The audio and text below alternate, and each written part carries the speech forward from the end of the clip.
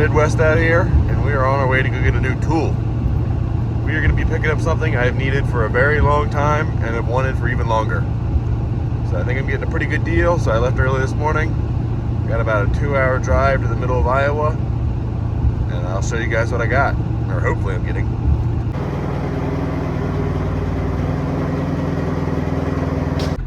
Alright, so we just loaded up our lathe. This is not the guy's house, this is his neighbor. But I love the race car in the tree. I also like the ambulance.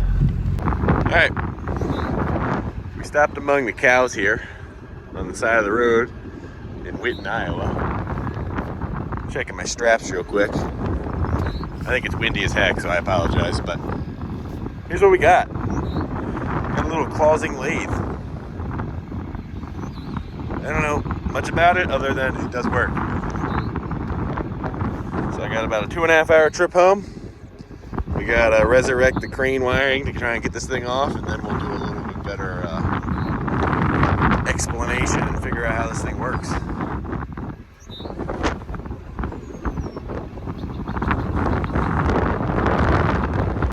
We're on the side of the highway just outside of Waterloo, Iowa, and I just had to stop and check out this little giant crane. Look at how sweet this thing is. Super short mast on it, but it looks like there's an extension sitting there. It says Grundy County Highway Department, but I assume that was a few owners ago. Looks like it's 6x6. Man, this thing's awesome.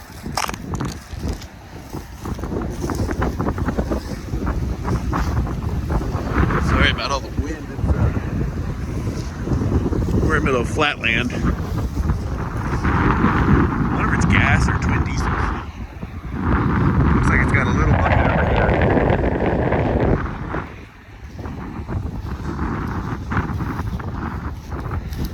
That thing's awesome. So we're getting close to home now, about 20 minutes now. But just remembered a quirk that this truck has. I don't get to drive this truck near as much as I used to anymore now. Pretty much the only time I do is if I'm going a long distance to buy something like this. So 1, 2, or 3 hour trip usually. But I filled up with fuel a little while ago and only filled one of the tanks because the other one had plenty of fuel in it, or so I thought, which is the rear tank. And I forgot that the pickup must be broken off in the tank or something, because when you get down to about a quarter tank, the truck starts running out of fuel, which it just did to me going down the highway going 70 miles an hour. So it just kind of runs like crap for a while, and you have to switch the tank real quick and then pull over and let it idle until it, I guess, bleeds itself off or catches up. I don't know, but I've done it several times. I always feel super bad because the truck runs like crap, but that's the most eventful part of this trip. I'll be happy. All right, we got it home. Now we just got to figure out how to get it off. It was really easy to load because the guy had a nice forklift there, and he could just go right under the bed of the lathe between the chip pan, and that made it easy, but I don't have that liberty anymore. So we got to use the crane, which would also be pretty easy, but the crane wiring is all kind of a mess right now because the Bluetooth solenoids have stopped working. So I just jump started with the jump pack, and hopefully both motors still work. And then we need to figure out how to rig this thing. I don't think it's that heavy, but there's definitely an imbalance with the motor on one end and nothing on the other. So it's going to take some thinking.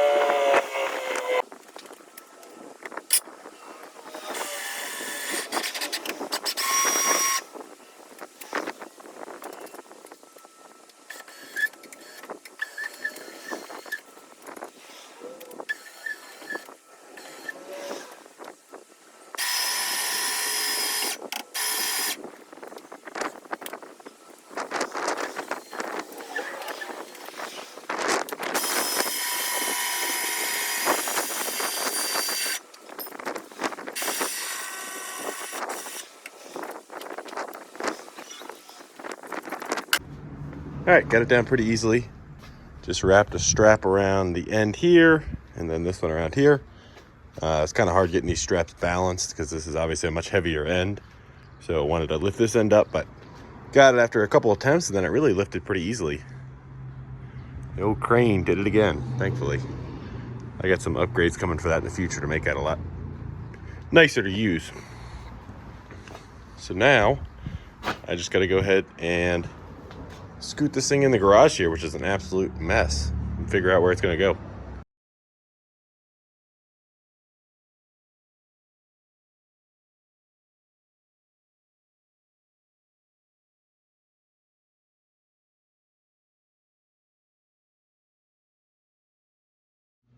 All right, I got the clawsing lathe here set into its space, at least its temporary spot.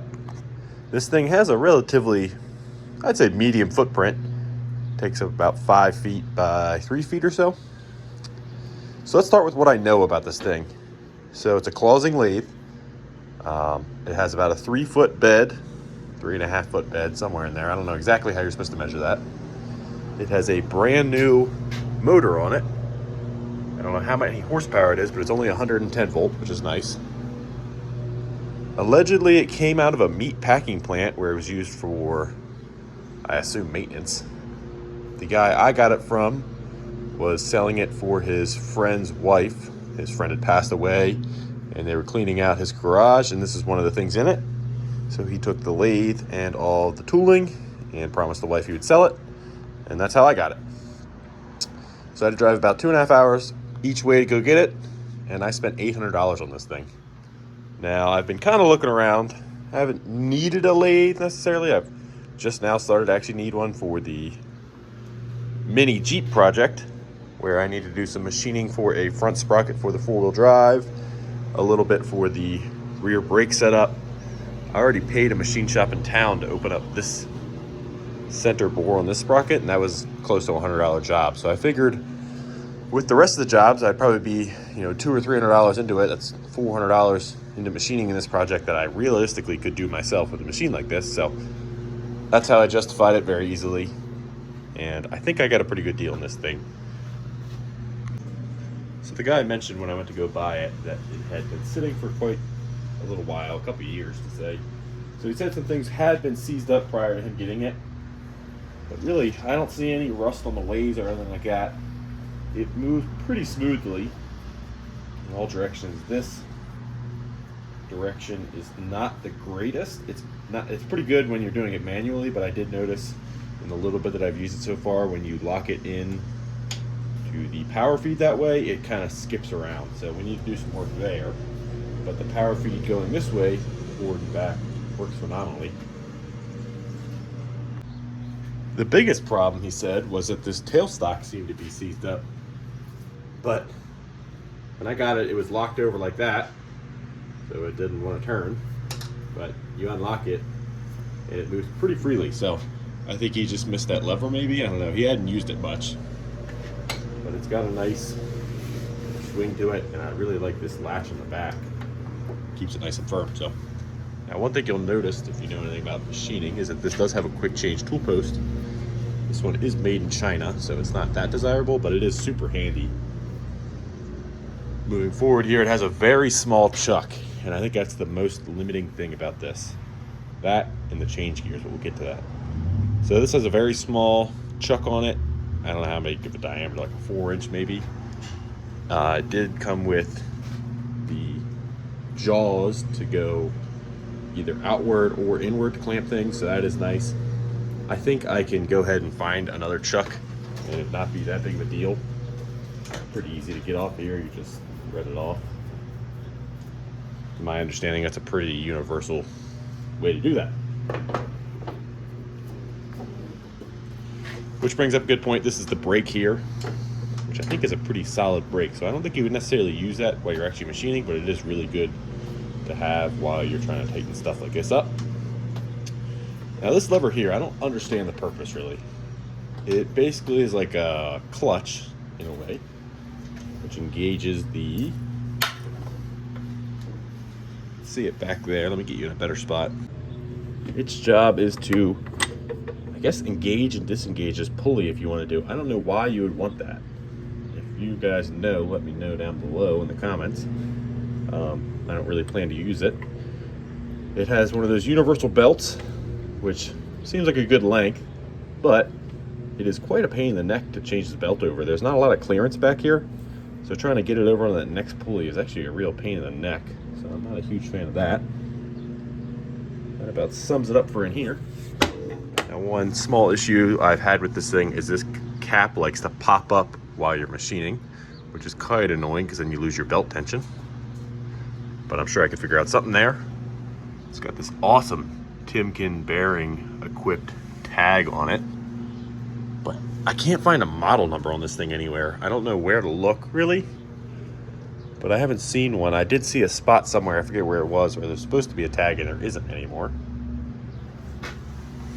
Coming down here, this is your forward and your reverse engage. Pretty nice. And then over here, that's all of your change gears. And the last control you really have is this little 3-slot adjuster. I don't know what you'd call it, but that controls the direction of your feed. So you can run your power feed all the way up here, stop the lathe. I think you have to stop the lathe. I've always stopped the lathe for this. Then you swap it, pull it down, takes a little bit of wiggling, and then your power feed will go in reverse without having to reverse the spinning of your lathe if that's what you want. Coming out here on the end, we have our belt set up, and then we have our threading gear gauge. Open up here. This cover has this bungee cord on it. It's the only way to secure it, and I need to figure out something better there. But in here we have all of our change gears. I don't know which ones you really change for threading yet. I haven't attempted to thread with it. But one cool thing here is there's 2 pulleys here that don't have a belt currently. And that is to run this little tachometer. So I really hope this thing still works. Maybe I can mount it somewhere back on the wall, but that'd be really handy to have. It looks like the whole system's still there. This cable runs all the way back to that little unit, and that unit is what that pulley's connected to. So I think if I throw the belt on it, that should work. I just need to find a belt. There's also an extra pulley out here. I don't know what that's for. Yeah, that's kind of the whole thing. I really like this lathe because it has this nice cast base with the chip pan. It's nice instead of just having to find a bench top and find a bench or a toolbox or whatever. Yeah, I'll go ahead and get you guys set up here and see if we can't do a little machining with it. Actually, before I go ahead and do any machining, let's go through the tooling that came with it. So I got this old Kennedy box, which is super beat up. It's got a big dent there. It's missing the lock, but it all works, I would say. So opening it up, came with a fair amount of stuff, but very cheap stuff. So we've got a carbide holder. I don't know what brand that is. There's several of those. We got a dial indicator with a mag base, which is going to come in handy for sure. Again, Chinese, but should still work. We have a, oh, I know what this is called, but I can't think of it, but it's used for cutting. Another tool holder with a boring bar in it. Empty box. Some carbides. I don't know what you use this style for. A knurling tool. Another tool holder. I think this is set up to hold this boring bars or similar boring bars. I don't know what. I guess someone was making a piece of tooling here. I don't know what that is. A bunch of little high-speed steel end mills. Looks like we got 16/8, 5/32, 3/16, quarter, 5/16, 3/8, and 1/2 inch. Those will come in handy. Another tool holder. Tool holder with a piece of high-speed steel in it that's very worn out. I don't know what this thing is. Oh, a round tool holder, carbide.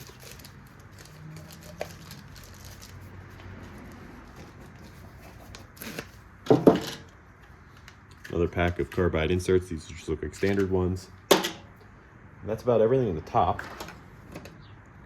Coming down here, looks like we have a bunch of center drills, Chinese. More Chinese center drills. I don't know what this thing's for. Just a center punch maybe? I don't know. Keeping this tube. It's just a solid steel rod with a point on the end. Little small hole gauge. Never used one of these. Don't really know how to. I'll have to look that up. It looks like it goes from 3mm to 13.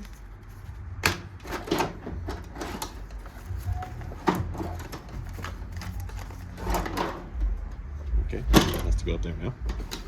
Over here we got a bunch of little scales, radius gauges, more scales, depth gauge, all types of little good pieces of measuring equipment.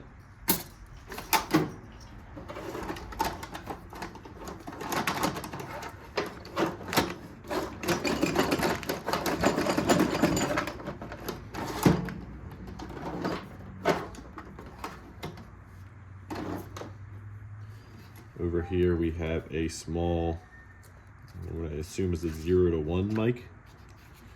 Actually might be 0 to half, I don't know what size that goes up to, but nice little stare-it tool. That was worth a fair amount at some point. Some pieces of some sort of sanding tools. I don't know what these are. Precision. 2 cutters. The name of this is on the tip of my brain. I can't think about it. We got a thread gauge. That'll be nice. We have a bunch of high-speed steel pieces and boring bars and all types of little cutters. That's nice to have some high-speed steel and that carbide. Down here we have some more measuring tools. Nothing really too good. That'll come in handy. Measuring big diameters, so on. Down at the bottom here we got a nice smattering of giant drill bits. This one is an 1.25 inch. That is probably a very expensive drill bit.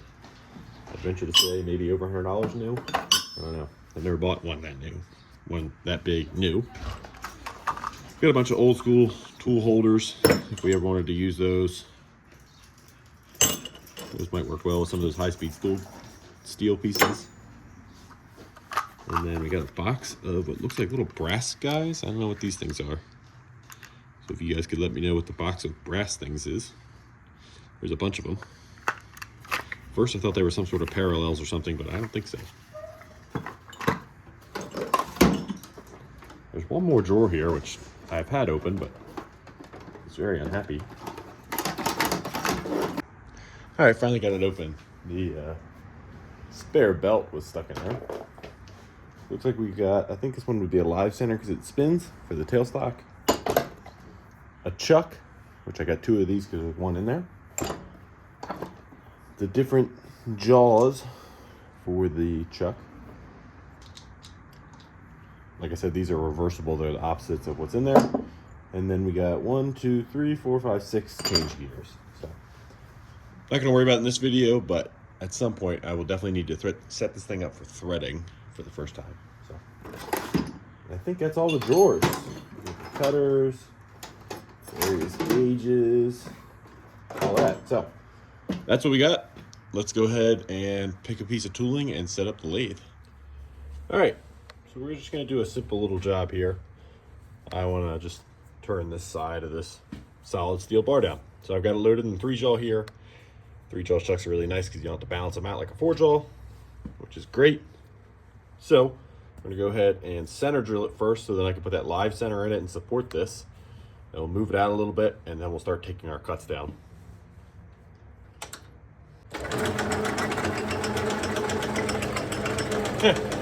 See, like I was talking about with that cap popped open all the time. You got a problem. Now you know.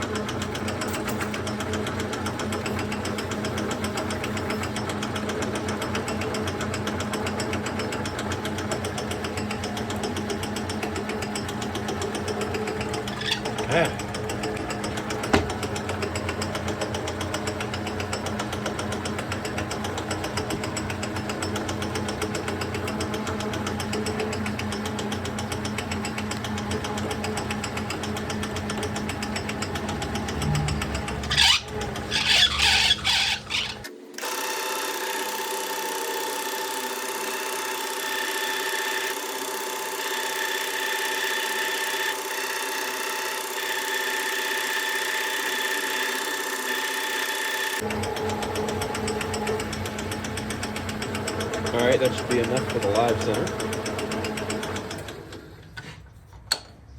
Get the tailstock out of the way for now.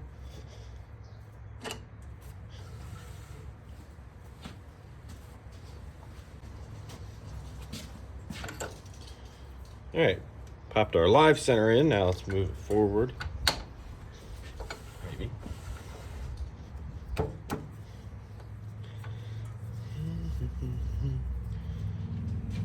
Okay, now we've got some support. I'm actually gonna move that back to give myself some more room.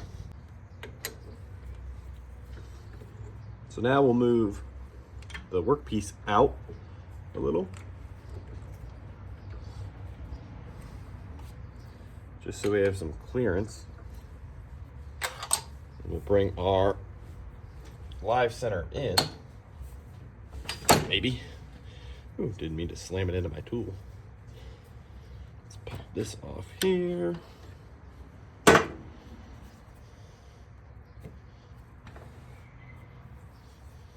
one thing about this tailstock, it only has about 3 inches of throw before it falls out there.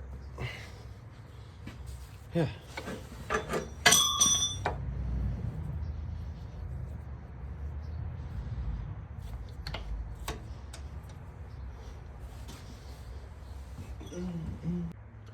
All right, so we got a right-hand cutting tool loaded in here. We're gonna go ahead and check it against our live center. It looks like it needs to come up just a tiny bit. I also need to try and get this at a 90-degree angle, something like that. All right, another check that I was taught here, and while I mentioned the word taught, I took a semester of machining in college, so I am by no means a expert at all. I'll probably mess up multiple things that much better machinists like my friend Steven will call me out on at the end of this video. And feel free to, because I need to learn. It's been almost probably 2 years now since I took those classes, so I've forgotten a lot. But the check here is to line your tool up, and I'll get you guys a better angle. You take your tool to the side of your round piece here, and you hold a scribe in there, and you just kind of change your height with your tool holder until that scribe's perfectly vertical. And I'm going to trust that more than I trust my eyeballing to the live roll or whatever the heck that thing's called. So I'll go ahead and adjust that. All right, we're going to reinstall our live center here.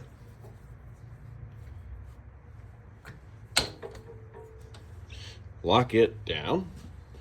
We have our tool set at a 90-degree angle, which I think is what I want. We have a right-hand tool selected. This is a carbide tipped. No, actually, this is just a high-speed steel tool.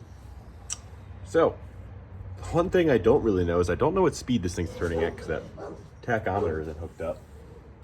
Oh, now my dog's barking. So I'm just kind of taking a good guess at what speed to go. We're not turning anything critical here, so I don't think it'll be a problem. So let's go.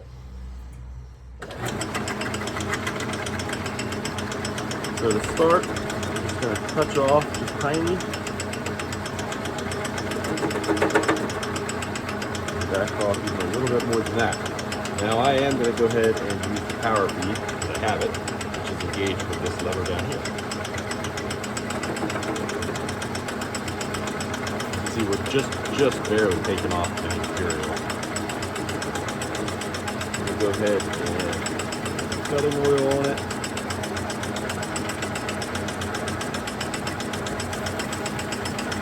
Now my understanding with this lathe, the only way to change the power feed speed, oh, that's going to run with the chuck. I didn't even realize that. I got to switch this around. That was a mistake. All right, now that we averted crisis there, I've got it set up over here so we have plenty of clearance away from the chuck. I'm going to remove that tool out of here. All right, let's try again.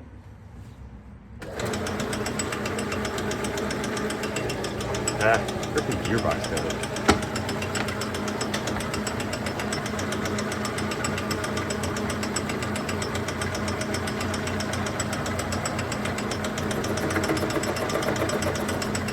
All right, same story. It's a little heavier cut this time, but We'll do it, no problem.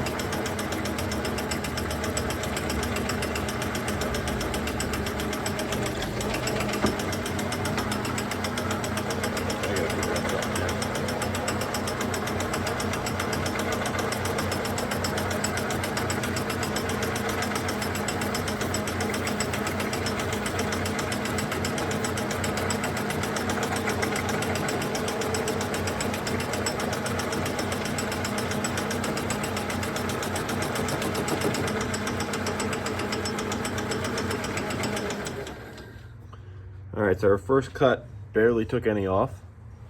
We're gonna go back across. Now, I don't quite know what graduations this cross feed is in. I'm gonna assume a thousandths. So we're gonna take a 5/1000ths cut. I think I turned that the right way. 65. Yeah, I did. Take a 5/1000ths cut. Let's try again.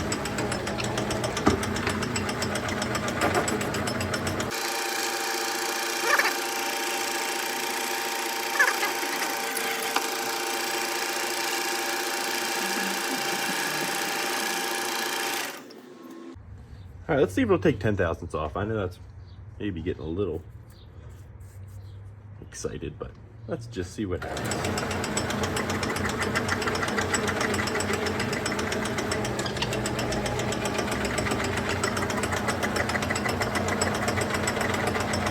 Okay, I don't think I actually took 10/1000ths off.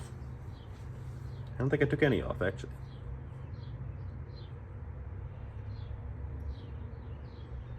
There we go. Let's try that. I'm gonna figure something out to buckle this down. All right, we got that secured. Let's try again. There we go. Now it's done.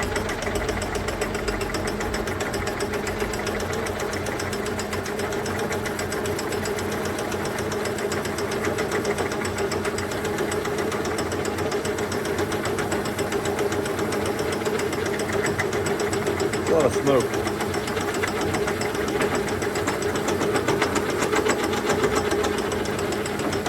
Chips also seem pretty dark, so maybe 10,000 is a little excessive. It's doing it.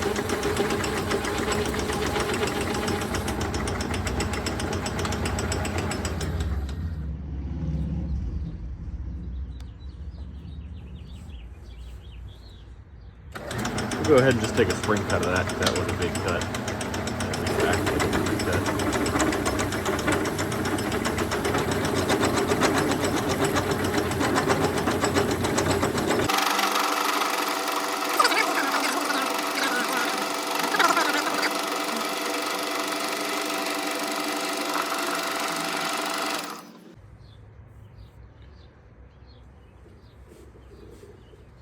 All right, it's looking extremely ugly monkey, as my old machining teacher used to say. Probably because our feed rate's not set right, and that was a heavy cut. So let's take another 5/1000ths to see if we can clean it up.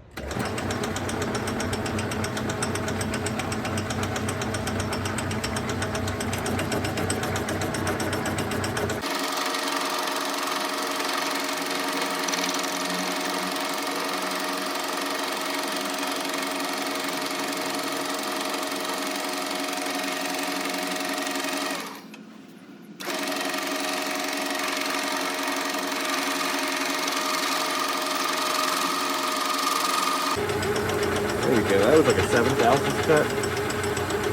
Let's make it some nice chips. I think they were nice. I could have bad, but I like it.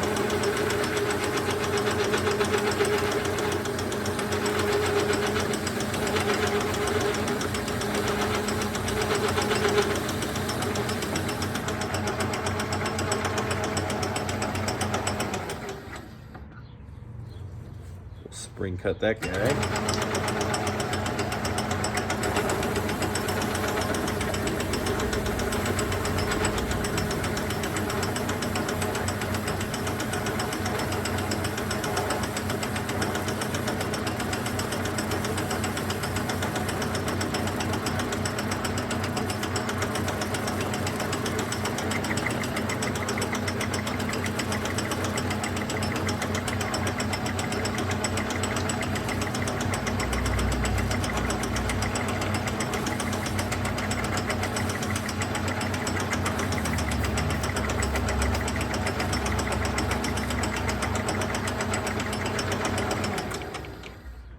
get something to wipe that off so we can see what it looks like. Alright, I'm going to see if I can just do a manual pass. I think our feed rate's too fast. That's why we're getting such a bad quality cut. Let's see if I can do a nice controlling manual cut.